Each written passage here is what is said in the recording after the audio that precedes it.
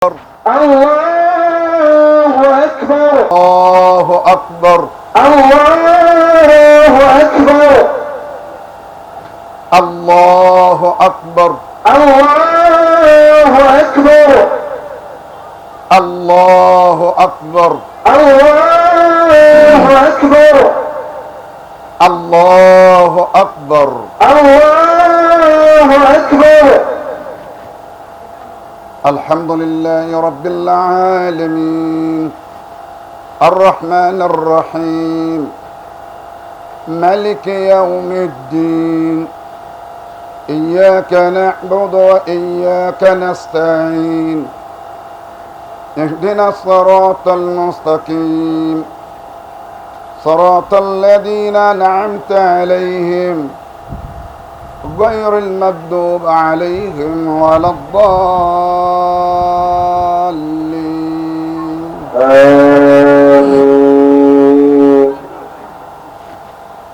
إن في خلق السماوات والأرض واختلاف الليل والنهار لآيات لأولي الألباب الذين يذكرون الله قياما وقعودا وعلى جنوبهم ويتفكرون في خلق السماوات والأرض ربنا ما خلقت هذا باطل سبحانك فقنا عذاب النار ربنا إنك من تدخل النار فقد أخزيته وما للظالمين من أنصار. الله أكبر الله أكبر. سمع الله لمن حمده ربنا لك الحمد. الله أكبر الله أكبر. الله أكبر الله أكبر. الله أكبر الله أكبر. الله أكبر الله أكبر. الله أكبر الله أكبر. الله أكبر الله أكبر. الله أكبر الله أكبر. الله أكبر الله أكبر. الله أكبر الله أكبر. الحمد لله رب العالمين الرحمن الرحيم مالك يوم الدين إياك نعبد وإياك نستعين اهدنا الصراط المستقيم صراط الذين أنعمت عليهم غير المغضوب عليهم ولا الضالين.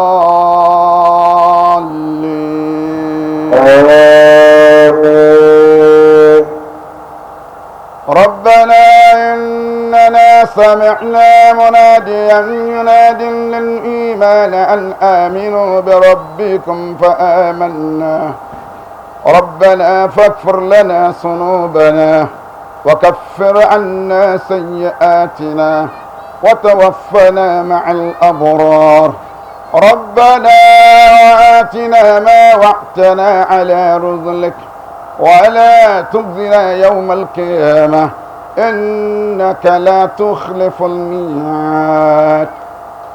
الله أكبر الله أكبر. سمع الله لمن حمده ربنا ولك الحمد. الله أكبر الله أكبر. الله أكبر الله أكبر.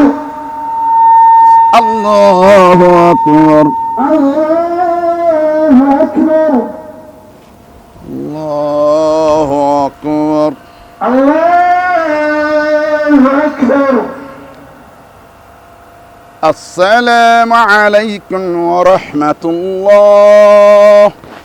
السلام عليكم ورحمة الله. السلام عليكم ورحمة الله. السلام عليكم ورحمة الله. الله أكبر الله أكبر الله أكبر.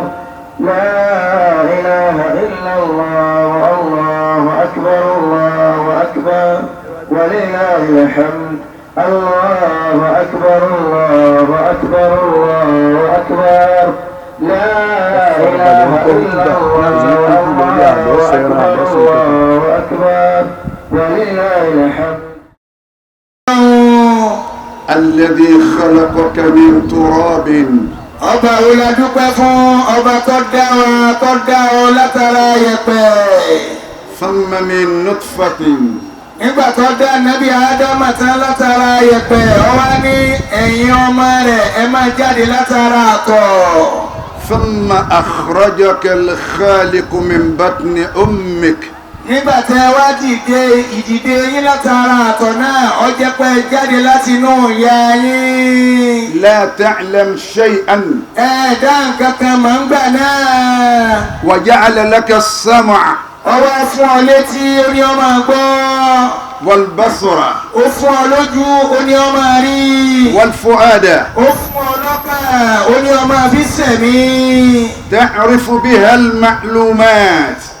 gbogbo tó fún wa yìí ká lè máa fi dá nǹkan mọ̀ lọ́lọ́run fi fún wa. وتكسب بها الخيرات. ká sì lè máa fi fa oore. فنحن نحمده ọba tó ṣe bẹ́ẹ̀ àwa ń dúpẹ́ fún un. ونستعينه bẹ́ẹ̀ náà là ń wá ràn lọ́wọ́ rẹ̀. ونستغفره bẹ́ẹ̀ là ń tọrọ àforíjì lọ́dọ̀ rẹ̀ pé kó foríjì wá. ونعوذ بالله من شرور أنفسنا ومن سيئات أعمالنا. àti wọn ń bẹ̀ pé gbogbo aburú tẹ̀yẹ máa ń fọkàn rò kọ́ bá wa fọ báyà wa bó ṣe ṣe fún ànábì wa Muhammad ó sì gbà kó lọ́wọ́ wa. وأشهد أن لا إله إلا الله وحده لا شريك له. lẹ́yìn ọpẹ́ wa tí wọ́n ń jẹ́rìí pé kò sí ọba kan àyàfọ́ Ọlọ́run ọba tí olórogún ni. ولا يخشى فناعا. ọba tí ọ̀páyà títan pé wọ́n tàn ń jọ́kan kò páyà rẹ̀. ولا زوالا. ọba tí ọ̀páyà pé wọ́n yẹ ń jọ́kan kò ní yẹ. وأشهد أن محمدا عبده ورسوله. àti wọ́n ń jẹ́rìí pé ànábì wa Muhammad bó ṣe jẹ́ gbajúmọ̀ tó ẹrú Ọlọ́run ni òjíṣẹ́ rẹ̀ sí ni. القائل من كلامه ànábì tí ń sọ báyìí ní ọ̀rọ̀ rẹ̀ pé. رمضان أوله الرحمة.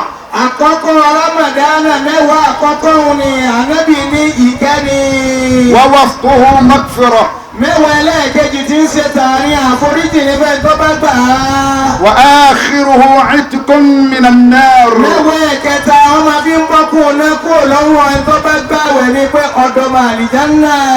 صلوا على رسول wọ́n ní الكريم ẹjẹ́ tọrọ ìkẹ́yìn ẹ̀fọ́ ànábì wa Muhammad sallallahu alayhi wa sallam. وعلى آله kíkẹ́ náà máa bá wọn alẹ́ rẹ̀. وأصحابه kọ́ máa bá wọn sábẹ́ rẹ̀. وسلم. àtàláfíà Ọlọ́run. أما بعد lẹ́yìn náà. أحييكم بتحية مباركة. àwọn bàbá wọn láwọn ń kí wa pẹ̀lú kíkí tó lálùbáríkà jùlọ. تحية أهل الجنة. kíkí táwọn ará àlìjánná gbogbo àwọn tá a bá wọ àlìjánná tá a máa kíra wa. أقول قائلا wọ́n láwọn sọ báyìí pé. السلام عليكم ورحمة الله وبركاته. àlàáfíà Ọlọ́run àánú Ọlọ́run rẹ̀ àjẹjẹ tán rẹ̀ kọ́ máa bẹ́ ní kọ̀ọ̀kan wa. عباد الله àwọn ẹrú sí Ọlọ́run. كلنا مسرور بعيد الفطر. wọ́n ní gbogbo wa là ń dunnú pẹ̀lú pàgbà àwẹ̀ àwa ń túnú. بعيد المبارك. pẹ̀lú ọdún àlùbáríkà tá à ń ṣe lónìí. فنحن حامدون على أيامه. wọ́n ní kí wọ́n ló já máa dúpẹ́ à ń dúpẹ́ lórí àwọn ọgbọ̀njọ́ tá a fi gbà àwẹ̀ tá a sì ń bẹ láyé. فتقبل يا الله صيامنا. wọ́n ní Olúwa o mọ́sà tẹ́wọ́ bẹ̀rẹ̀ ní kọ̀ọ̀kan wa. قولوا آمين. wọ́n ní ẹjẹ́ ní àmín. وصلاتنا gbàwọn àrùn wa tá a kí bí àwọn nẹ́fìlà wa tá a yàn gbá lọ́wọ́ wa. وزكاتنا zakata ayọ́nu rẹ̀ gbá lọ́wọ́ wa. وصدقتنا sàárà tá a ṣe ń rẹ̀ gbá lọ́wọ́ wa. عن ابن مسعود رضي الله تعالى عنه wọ́n lọ àfa àgbà tí wọ́n dákọ̀ rẹ̀ ń kọ́ ló máa bá wa yọ́nú sí ọ̀sán báyìí pé. عن النبي صلى الله عليه وسلم ọlọ́rọ̀ tí mo fẹ́ wí yẹn náà nábì mo ti gbọ́ ìjẹ́ ọlọ́wọ́n lọ́lọ́run kọ́ máa bá a. إذا صاموا شهر رمضان nígbà tí ẹ bá gba àwẹ̀ Ramadana. وخرجوا إلى عيدهم ẹ wá gba àwẹ̀ tán ẹ wá jáde lọ yídì yín. يقول الله تعالى يا ملائكتي ọlọ́wọ́n máa wá lẹ́yìn màláíkà mi àwọn ẹrú mi ti gbà rẹ̀ wọ́n sì ti jáde lọ yídì wọn páwọn lọ sí mi ń bẹ̀. كل عامل يطلب أجره ẹ̀yin màláíkà mi gbogbo ṣiṣẹ́ láyé ní ọmọ rẹ̀ ti pé òun fẹ́ kéré iṣẹ́ tó ń ṣe. وعبادي الذين صاموا شهرهم ẹ wá láwọn ẹrú mi tí wọ́n gba oṣù wọn tí wọ́n gbàwé oṣù wọn. وخرجوا إلى عيدهم يطلبون أجورهم wọ́n ti jáde wọ́n ti kọrí ìdí wọn wọ́n ń retí èrè wọn owó ọ̀yà wọn wọ́n fẹ́ gbà lọ́wọ́ àwọn ọlọ́run. أشهدوا أني قد غفرت لهم ẹ bá ń gbú fún wọn ẹ jẹ́rìí mi pé mo ti foríjì gbogbo àwọn tó bá àwẹ̀ náà. فينادي منادي يا أمة محمد báwọn màláìkà bá ti gbọ́rọ̀ tọ́lọ́hún sọ yìí tán àwọn màláìkà náà wà lẹ́yìn àlìhùnmá nábì wa Muhammad. قولوا صلى الله عليه وسلم sallallahu alayhi wa sallam. صلى الله عليه وسلم sallallahu alayhi wa sallam. صلى الله عليه وسلم sallallahu alayhi wa sallam. ارجعوا إلى منازلكم wọ́n wá ní ẹ̀yin àlìhùnmá nábì wa Muhammad ẹ ti kírun tán ẹ máa darí lọ lé yín. قد بدلت سيئاتكم بالحسنات gbogbo àwọn ìdá yín tẹ́ ṣe àwọn aburú yín tẹ́ ṣe àwọn ìjàmbá yín tẹ́ ṣe wọ́n ti yí aburú padà wọ́n ti sọ di dáadáa fún yín. فيقول الله تعالى ọlọ́run kankan wà sọ̀rọ̀ lẹ́yìn bàtà màláíkà bá sọ̀rọ̀ tán. يا عبادي mo pè yín ẹrú mi. صمتم لي èmi lè gbààwẹ̀ fún o. وافطرتم لي كان káṣíkà sọ̀rọ̀ كفارا àforíjì lọ́dọ̀ ọlọ́run dá foríjì ẹ̀ kó foríjì wá.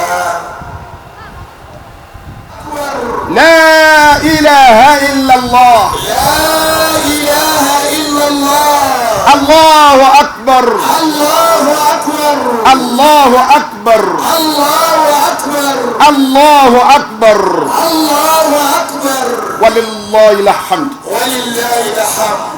اللهم Olúwa o, لا تجهل هذا العيد آخر عيدنا má sọ mí láti ẹ̀wọ̀n في كل أمورنا máa wá bẹ pẹ̀lú wa ní gbogbo àlámọ̀rí wa. سبحان ربك رب العزة عما يصفون وسلام على المرسلين والحمد لله رب العالمين يغفر الله لنا ولكم آمين.